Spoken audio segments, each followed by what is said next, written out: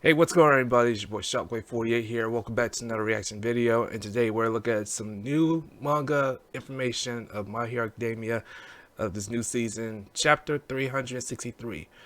And of course, we noticed that there are like a tons of things that's going on about All for One, and then Dabi, Shigaraki, and a whole bunch of stuff's going on. So let's just look at this little chapter manga, see what's going on in this, whatever's happening. And it looks like All for One is revealing his space, and of course, Dabi is becoming unstoppable. So let's find out why. Hero Academia continues to produce amazing, well-drawn chapters, and this week is no different. We do get an update on Bakugo's condition. The wait has been excruciating. Unfortunately though, it still appears the villains have the upper hand. With all that being said, let's dive into chapter 363 of My Hero Academia, titled Protectors and Invaders. We continue where we last left off. Bakugo is lying on the ground, motionless and covered in blood. Best Genius is hovering over him, no doubt deeply distraught and horrified considering what Bakugo went through in the last chapter. And this is alongside this flavor text that reads, Bakugo has fallen. But getting the chapter like this makes me believe Bakugo may genuinely stay dead. And if so, Horikoshi will really be subverting a lot of fan expectations. That being said, the narrative then transitions to Monoma as he has a flashback. But before we dive into the flashback, I'd just like to point out that Monoma is still using Erasure. All he can do in this fight is sit back and watch because he is the only thing keeping everyone from instantly dying. He thinks back to what Bakugo said during the joint training exercise. Of course, it is the comment Bakugo made about victory that he'd win every time with no casualties. It's a statement that goes back to the theme of winning to save and saving to win.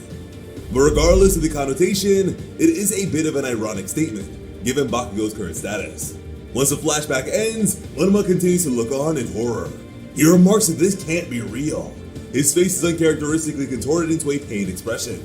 Truthfully, seeing even Monoma this distraught really brings home how badly the heroes need a win right now. Monoma even exclaims, Bakugo can't go and die like this. Again, it just goes back to how shocking this really is. It is practically unbelievable. Bakugo, like Deku, seemed untouchable. That is, at least as far as plot armor goes, yet this chapter only serves to remind us that he isn't. We even get a close-up of bloody Bakugo that just furthers this point. All the while, Shigaraki is in front of them with a massive wave of fingers behind.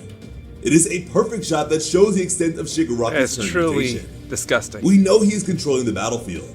However, I must say this panel reminds me of Shigaraki's decay wave from the last war arc. The flesh behind him is chaotic and seems to only be spreading, just like his decay quirk. Even without his cataclysmic ability, Shigaraki can still wreak havoc. This scene makes me not only wonder how Deku will prevail, but how anyone could close in on Shigaraki. He has enough mutated flesh to literally cocoon himself from harm at this point. Either way, we also get a close-up of Best Jeanist. All that can be seen are his eyes, but that's enough to see how distressed he is. His first concern right now is Bakugo, despite the fact we see Jeanist is injured too. It looks as if blood is dripping from his mouth. It's likely he is facing drawbacks from having one lung. Finally though, we have confirmation on Bakugo's status, at least for now. It has been such a nerve-wracking wait, but Best Jeanist does reveal that Bakugo has no pulse and that his heart has been obliterated. This feels like such a definite death. Regardless, only time will tell if this sticks. And I'm sure the Bakugo fans are hoping that it doesn't. After this shocking information, Mirio falls to his knees. Just like Best Jeanist and Monoma, his face is wrought with regret. He thinks back to his original goal to keep everyone alive until Deku showed up. He is seemingly cursing himself for being unable to keep that promise. While this may not be the most actiony chapter, it certainly has emotions running high. Everyone on the battlefield is affected by Bakugo's current situation, which is something Shigaraki takes advantage of. He gloats that Bakugo is staying dead, and this tragedy is the hero's fault. Specifically, he is addressing Aizawa. It only feels fitting he's trashing Aizawa. We have had multiple moments of Shigaraki being an Eraserhead fan. He also strikes a pose, which reminds me of Shigaraki's dramatic flair from the last war. Aizawa himself is also stricken with guilt. Besides Best Jeanist, he is the one person who is affected by this the most. Bakugo is his student, and Aizawa wanted nothing more than to protect his wards. That aside, the idea that the heroes caused this by putting such a heavy responsibility on Bakugo only mirrors Deku in One for All.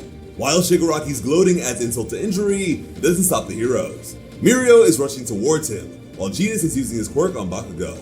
I'm really hoping we see what Genis is doing soon. Meanwhile, Netere is too exhausted to continue fighting, and Tamaki is throwing up blood. It's clear his cannon attack from the last chapter is taking a toll on his body. That was one huge Unfortunately, blast. though, the hero's willpower may not be enough. However, we are treated to a wonderful two-page spread. Shigaraki catches Midoko in his mutated grasp, asking who wants to be another welcoming present for Deku.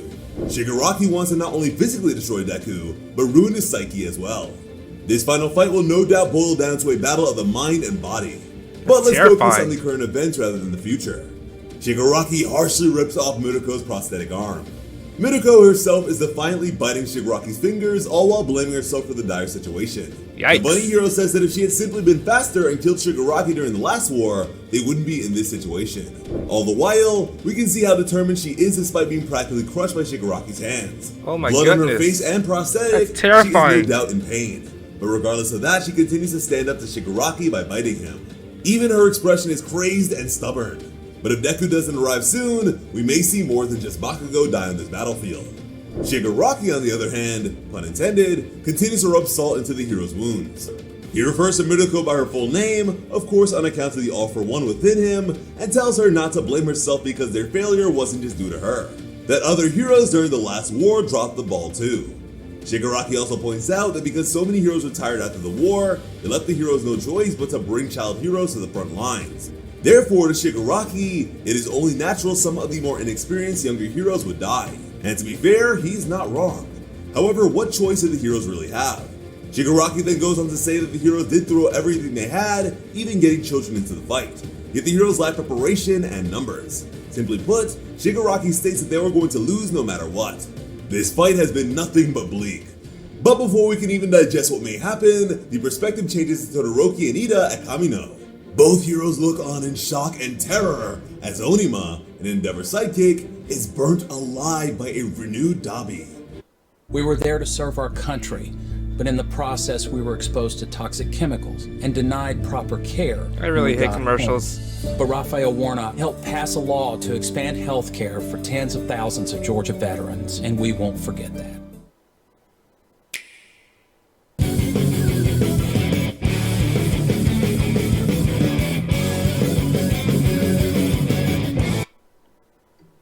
His flames are hot enough that it even engulfs the buildings in Kamino. Burnin appears to be the only Endeavor sidekick unaffected by the heat. She tells both young heroes to run away. Dabi's firepower is now enough that heroes who have been resistance like Burnin and Onima are simply overwhelmed. While in a bundle of fire with no skin left to be seen, Dabi remarks that fighting Shoto first was for the best.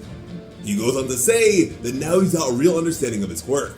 Then he copied Shoto's move, Flash Fire Fist, Phosphorus. The Dabi and Shoto fight was several chapters ago, so here's a quick recap on it. It combines Endeavor's Flash Fire with Shoto's own even Phosphorus possible? technique, which requires not only intense focus, but Shoto's half hot, half cold quirk. He circulates both sides through his body in order to create a cold fire. What's interesting is that Dabi appears to have been able to replicate this despite having only a fire quirk. In fact, Dabi himself states that he only copied this move because it was a last-ditch effort. I believe Dabi would have a comeback, but I didn't expect such a massive power-up. Either way, we do get a beautiful full page of Dabi in all his fiery glory. How is he He's still seen grabbing alive? Onima, I thought he continuing was to dead. practically incinerate him. Something tells me the flaming sidekicks won't make it out. Dabi delights in all of this, telling his brother it is a decent copy. And truly, these words don't do justice for such what a Dabi has copycat. created. Sadly, this spike in literal firepower has its own drawbacks. Dabi is a dead man walking. He looks like a skeleton more than ever before. His own flesh has been burned away, his arms and face are nothing more than bones. Dabi truly looks like a monster, and to top off his dramatic appearance, He is a monster. across Dabi's chest is a flaming X, just like Shoto and Endeavor's. It is a fitting symbol. Dabi is truly ascended to the likes of his brother and father. Instead of fleeing as instructed, Shoto calls out to Onima and realizes that Dabi has more than just his destructive quirk going for him. His older brother not only honed his own power by himself, but Dabi has an insane battle sense and a strong will. He is this disastrous package of willpower, firepower, and strategy. It's gonna take more than Shoto's flames and Ida's engines to stop Dabi. The cremation villain then shouts for Skeptic. We see a Nomu is fitted to act as Skeptic's Mike as he tells Dabi he has no time for the villain's family drama. Finally, a semblance of comedy in this cluster of tragedy. This whole Todoroki find a way to beat the him. Villains also have a communication system This guy's themselves. crazy Though powerful. Skeptic does inform Dabi where Endeavor is and who he is currently fighting. Does this mean we'll see Dabi in All for One versus Endeavor and Shoto? I sure hope so. Either way, we get more of a close-up of Dabi's current state. Steam is radiating off of his body. He is being burned by not just flames, but the steam his body is releasing. If you could properly feel it, I'm sure the pain he is in would be beyond excruciating. And while we don't fully go back to the Shigaraki fight, we do get some choice words from him. He states that the heroes shouldn't have given the villains time to prepare. In his mind, Deku had the right idea to rush and try bringing the fight to them. This simply shows that Shigaraki knew Deku wanted to bring him out. If anything, this entire confrontation has been beneficial to the villains. That being said, this chapter is just full of POV switches as the narrative switches to Skeptic, who is in a command center of his own. Additionally, there is a satellite to be seen. Good to see Skeptic's satellites are still around. They seem to be such a big plot point during My Villain Academia. Skeptic begins to rant about being cut out of a company, most likely a security business field today. More like a hacker. We see him type away furiously, surrounded by tech, keyboards, and screens. He curses the stupid decisions others have been making, commenting that he created this network from scratch, so it would be easier to hack back into. Obviously, he's referencing the tech system UA has. Strangely, the school's own system was backed by technology created by the villains. Skeptic mentions someone running away out of the country. He is clearly angry, referring to himself as the talent left behind. He continues to insult this nameless person, saying their conversationism has reduced them to a clay doll. Who Skeptic is referring to must be important. Hopefully we'll learn who it is soon enough. But regardless, the tech-affiliated villain exclaims that he will support Shigaraki and achieve Destro's dream. Like Destro, Skeptic wants to create a society where there is no quirk-based discrimination. He sees it as the only way to gain power and true freedom, a world with no heroes or villains. This mimics what All for One has said recently. In a society where everyone is under All for One's thumb, everyone is equal. And unfortunately, Skeptic does affect the hero systems. Mandalay learns that the tech support team are currently fighting off Skeptic's hack. It appears as if Skeptic is trying to get into UA's escape tunnels. Is it possible he wants to move weapons or someone else? While we can't exactly speculate on that, we can note that a support time for tech does make me think we'll see Labrava and Gentle Criminal make a return. Hopefully being Gentle Hero by then. After all, Skeptic was once hacked, and I can't think of anyone else capable of that except Labrava. While the heroes try to stop the cyber attack, Skeptic manically says All for One can do whatever he wants, Skeptic will do the same. There is also a bit more insight into the society Skeptic and Redestro want. Skeptic states that the old ways will be a thing of the past after the Villain's Revolution. Even heroes and their followers will no longer exist in this new society. In fact, Skeptic remarks that there will be no place for them. As Skeptic says this, there is a shot of both Genist and Endeavor. Is it possible they might die in this final confrontation? Or is this simply a reference to the old ways of hero society that will be replaced by the ideals of Deku's generation? Either way, I hope we get an answer soon. Once again, we see a narrative flip to the civilians. They are all in some underground space that reminds me of a shopping mall. There is a shot of the Todoroki family and the kindergartners from the remedial course arc. The Todoroki family look concerned as they watch an interaction between the children and their teacher. She asks them to stay put because a villain could come at any minute.